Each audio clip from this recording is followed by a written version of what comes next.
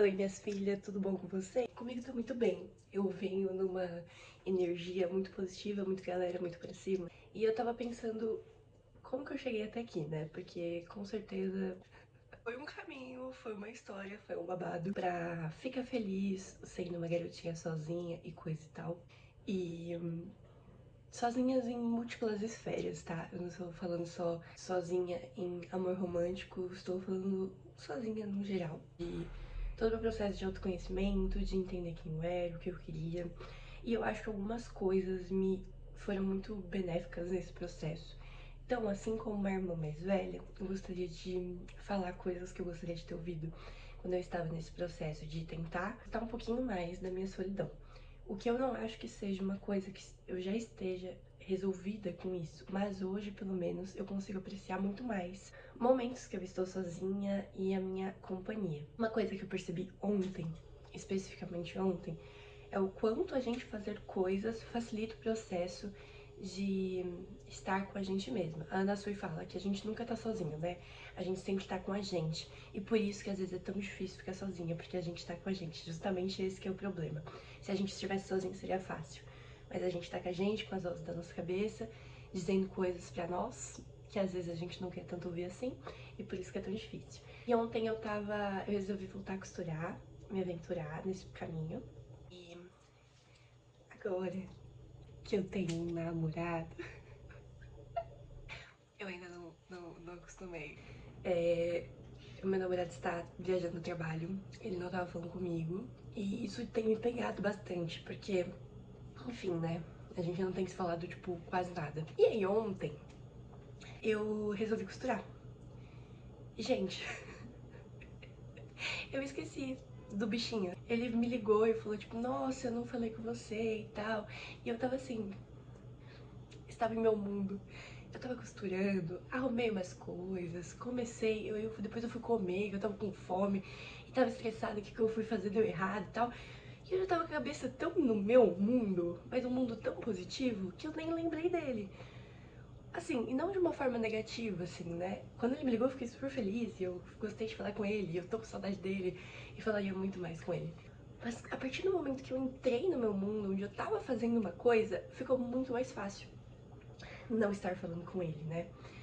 E isso é uma coisa que eu tenho tentado ficar muito atenta, sabe? A essas construções dos meus mundos dentro dessa relação. Porque um dos meus maiores medos agora é viver um relacionamento de formas que eu já vivenciei antes, onde eu me apaguei. E não por causa do outro, por causa de mim. Porque a gente faz isso com a gente mesma, né? Tem um perigo da dependência emocional, porque muitas vezes a gente acha que é culpa do outro, mas na verdade muitas vezes a culpa começa na gente. Como a gente responde as coisas, como a gente marca os nossos compromissos, como a gente constrói nossa agenda, como a gente alimenta os nossos desejos, os nossos gostos, porque no final o outro pode ser alguém que nos acompanha ou pode ser alguém que a gente quer acompanhar. E é aí que mora o perigo, né? Isso não é bom pra ninguém, nem pro outro, nem pra você. Então a gente tem que se manter muito atenta, né? E eu acho que, principalmente, eu entendia isso muito dentro de mim, que eu não tinha entendido o poder de... E eu não ia curar todas as respostas sobre ter amor próprio e ser sozinha antes de eu entrar numa relação, porque o perigo de voltar pra onde eu já estive era muito grande. Então, eu só entenderia se eu tinha realmente resolvido a partir do momento que eu entrasse numa nova relação. E o caminho mais saudável pra entrar numa nova relação é você estar pronto pra ir embora. E estar pronto pra ir embora, não que você deseje ir embora. Na verdade, estar pronto pra ir embora é o caminho mais saudável pra ficar. Mas se você não é pronto pra ir embora, você coloca seus limites, você permanece muito íntegro dentro de uma relação, né? Então isso é muito positivo, na verdade. Então acho que a primeira coisa é saber isso, assim, estar em qualquer relação é estar muito pronto pra ir embora.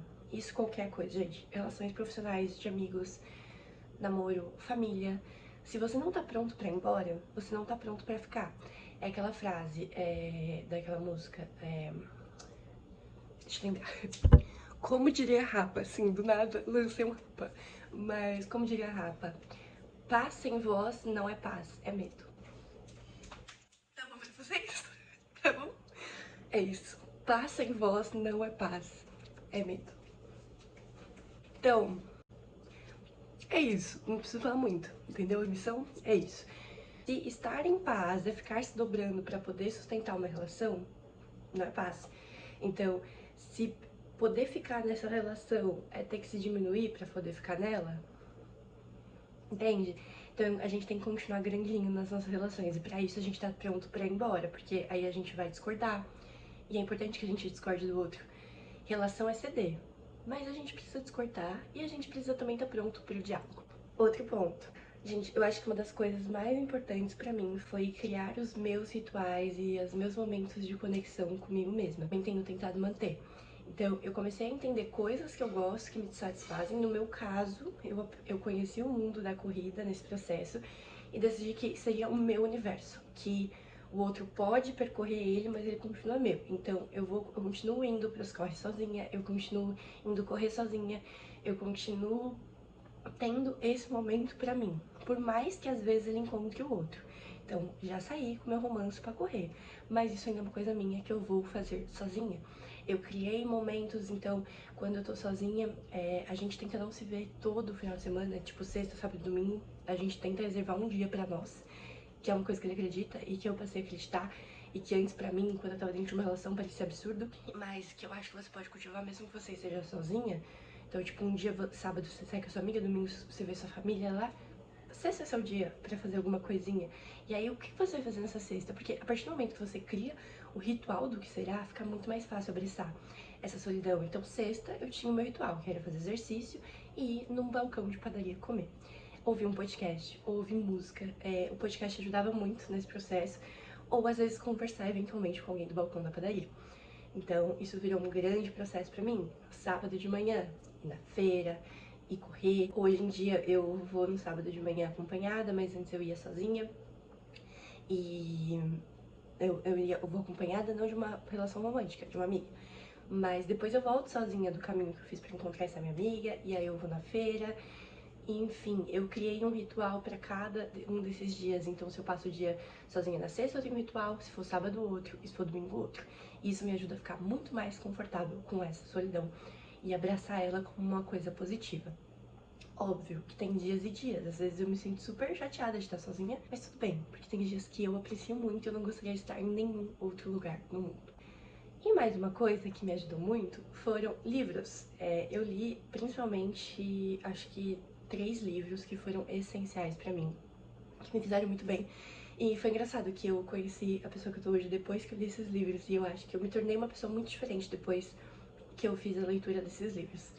O primeiro que eu li dessa tríade, que na verdade assim, a tríade é uma, mas eu li um outro que eu acho que foi um passo pra essa tríade, e que, por incrível que pareça, não é o que eu mais gostei, que foi A Gente Mira no Amor e Acerta na Solidão, que é da Anna Sui. Esse eu gostei razoável, mas foi ele que abriu as portas pra eu ir me aprofundar nesse tema, porque eu realmente precisava, realmente fazia sentido pra mim naquele momento.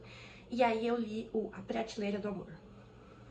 Esse livro é muito bom, ele é curto, ele é essencial, e eu acho que ele tava no Kindle Unlimited, tá? Então se você tem Kindle Unlimited, eu acho que tava pelo Kindle Unlimited, ou tava um preço muito baixinho na promoção quando eu li ele. Mesmo que ele não tiver muito barato, vale muito a pena. É um livro de cabeceira, assim, que vale reler, sabe? Depois que eu li A Prateleira do Amor, eu entendi muitas coisas sobre como, por exemplo, as mulheres se colocam na posição de serem escolhidas e não escolherem, e por isso que a gente se sente tão rejeitada nesse processo de estar solteira. Foi um livro essencial. Eu li o livro Não Pise do Meu Vazio, da Anna Sui, e eu só vou falar uma frase que tem nesse livro, que é a frase que me toca até hoje, que é: eu poderia ser o verme da sua barriga, ainda bem que você não deixa. Enfim, esse livro é incrível. Eu gostei muito mais do que A Gente Mira no Amor e Acerta na Solidão, porque esse é um livro que ela tem vários textos, onde ela é várias personas dentro do livro e vai falando sobre amor no geral. É um livro muito, muito bom mesmo. Não são poemas, porque eu não gosto de poema, são textos mesmo. Nossa, hater de poema, do nada. Mas sim, não gosto de poema. E o último, que eu acho que foi, assim, eu queria que todo mundo, principalmente toda menina, lesse esse livro, que é Amar ou Depender, do Walter Rizzo. Gente, esse livro é fantástico, ele é fenomenal, é um dos melhores livros que eu já li. E ele me ensinou muito. E eu acho que ele me ensinou principalmente essa coisa de estar pronto pra ir embora. Ele fala muito isso, sobre estar pronto pra ir embora. Ele fala sobre você entender o porquê que você tá necessitando desse amor, o que você espera dele, da onde vem isso. E ele também fala... na verdade, ele fala muitas coisas e de forma muito prática. Ele dá conselhos, sabe? Eu vou te dar um conselho. É meio isso, assim. Parece que ele pega as suas mãos e fala, gata, vambora. Então, eu gostei muito por ele ser um livro mais prático. E uma das coisas que ele fala é sobre essa coisa do hobby, você ter a sua personalidade. Ele fala que as pessoas que mais gostam de estar sozinhas são as pessoas que ou têm algum hobby, uma paixão, assim, ele fala muito sobre ter uma paixão, né, no meu caso foi a corrida, ou a pessoa tem uma vocação, então a carreira dela é muito importante, ou ela tem uma coisa com religião e tal. E lembrando que estar bem com a solidão não é isolamento, né, que são coisas muito diferentes.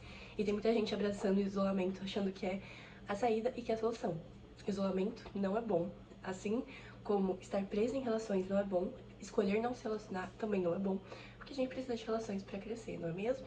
Gente, eu tô meio parecendo uma senhora nesse vídeo, eu não sei, mas eu acho que eu gostaria de ouvir isso e eu precisei ouvir essas coisas, então eu gostaria de falar.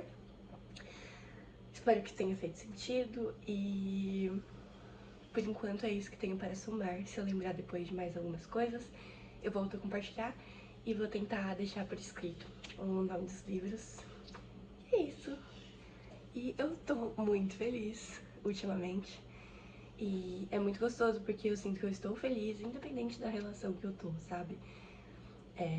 Não foi uma fórmula mágica, eu não comecei a ficar feliz dentro dessa relação, eu comecei ela me sentindo mal até. Mas eu acho que eu me reencontrei nesse processo e eu tô muito feliz com esse reencontro dessa nova Amanda, que isso é o papo mais assim que eu tenho entendido, que essa Amanda não é a Amanda que já namorou, não é a Amanda solteira, é uma Amanda 7.0, algo assim. E conhecendo essa diva, tô amando ela. Ela é tudo, gente. Ela é babado.